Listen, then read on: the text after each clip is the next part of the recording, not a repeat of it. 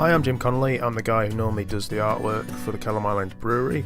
I was recently commissioned by the owner and honcho Ed Wickett to kind of give a bit of a fresh outlook on the current core brand and just bring it a bit more into the now. So I just wanted to make a quick video just to show where my head was at when I was making them and what they're all about, really. Not everybody will know this, but the Pale Rider is actually from the Book of Revelations. It's talked about a man who rides a pale horse and hell follows with him. He's actually the angel of death. And I wanted to get that across in the image because I think the previous brand there'd been a lot of, quite detailed drawings of horses and complex pictures of the bikes, that kind of thing. And I wanted to get across more about sort of character and emotion and a bit more about the people involved rather than a clever picture of a bike or whatever. So regarding the rider, rather than make him kind of an evil kind of villainous character, I wanted to make him quite ambivalent. So he's walking into a town, he might be greeted as a friend by an old guy who's ready to go, or he could be strolling into town to find some muppet who's about to get his head blown off in a bar fight or whatever. Well, in either scenario, he's still death, he's still the Pale Rider. So Easy Rider's kind of a yin and yang for the Pale Rider. He's about life, he's about freedom, he's about self-expression. I mean, what can be more free than blasting down the highway in Arizona with the wind in your hair, not a care in the world? And there's a symbol of the we've got a bird of prey in the sky and the sun blasting down. So like we've had the moon in the previous image, the sun is supposed to counter it again as a kind of light and dark kind of scenario. Riders on the Storm, I think, is my favourite of this set. So you've got this grizzled old lawman. He's out kind of hunting a killer with his young protege, and they've ditched the horses and they're now sneaking up on some shack to take down some villain. The idea actually came from the song that the bear's named after. There's a line in the song called Killer on the Road. Apparently Jim Morrison was writing a film, a road movie about a killer. So I thought that'd be an interesting idea and bring it back to the Old West. I thought would kind of work. I also brought back the white eyes that we saw in the Pale Rider because I felt that it seemed to kind of bring something a little supernatural to the White Earp kind of guy.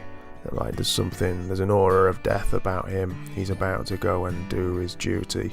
So I really enjoyed drawing this one, and I love the song so much that I wanted to do it as much justice as possible.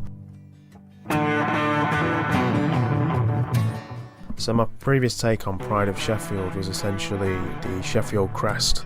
I'd based it on a sculpture above the town hall door, so I was confused about thinking how can I tackle this again and not make it look the same. So I decided to go quite a sort of radical different route with it, and instead of having Thor and Vulcan, the two Viking gods, I decided to combine them as this one Valkyrie character who's about to kind of blast off into the cosmos with the tools or the weapons of Steel City.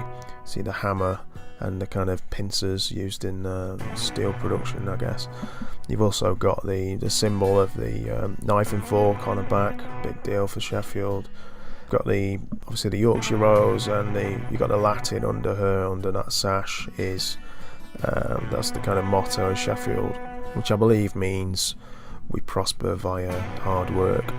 So yeah, a bit more radical than the others, but for me, I was very proud of this one. I feel it kind of works in a new way because I didn't just want to repeat myself.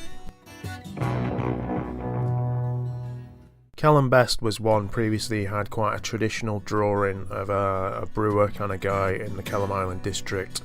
And because I'm an awkward sod, I wanted to go the opposite way again, and I chose to go with quite a young-looking, hip young swinger, as they say, out drinking in the Kelham Island Quarter.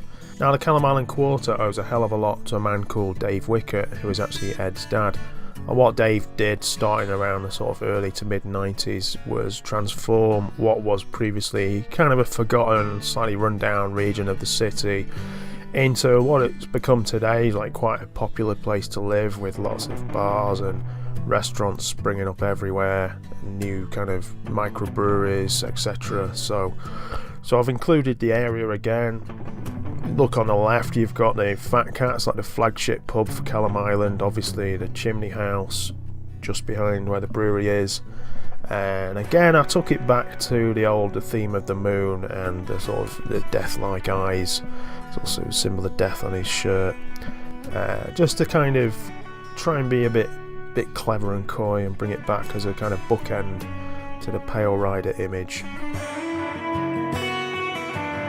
So that's it from me really, and I hope you like the new look of the beers. If you've never tried them, I hope you'll give them a go. Big thanks to Ed, who's involved me in the branding again, which shows something incredibly flattering, having grown up in Sheffield around the reputation of the brewery. Also thanks a lot to Ren Makes Films for helping me chuck together this video, and hopefully I'll see you all down the pub.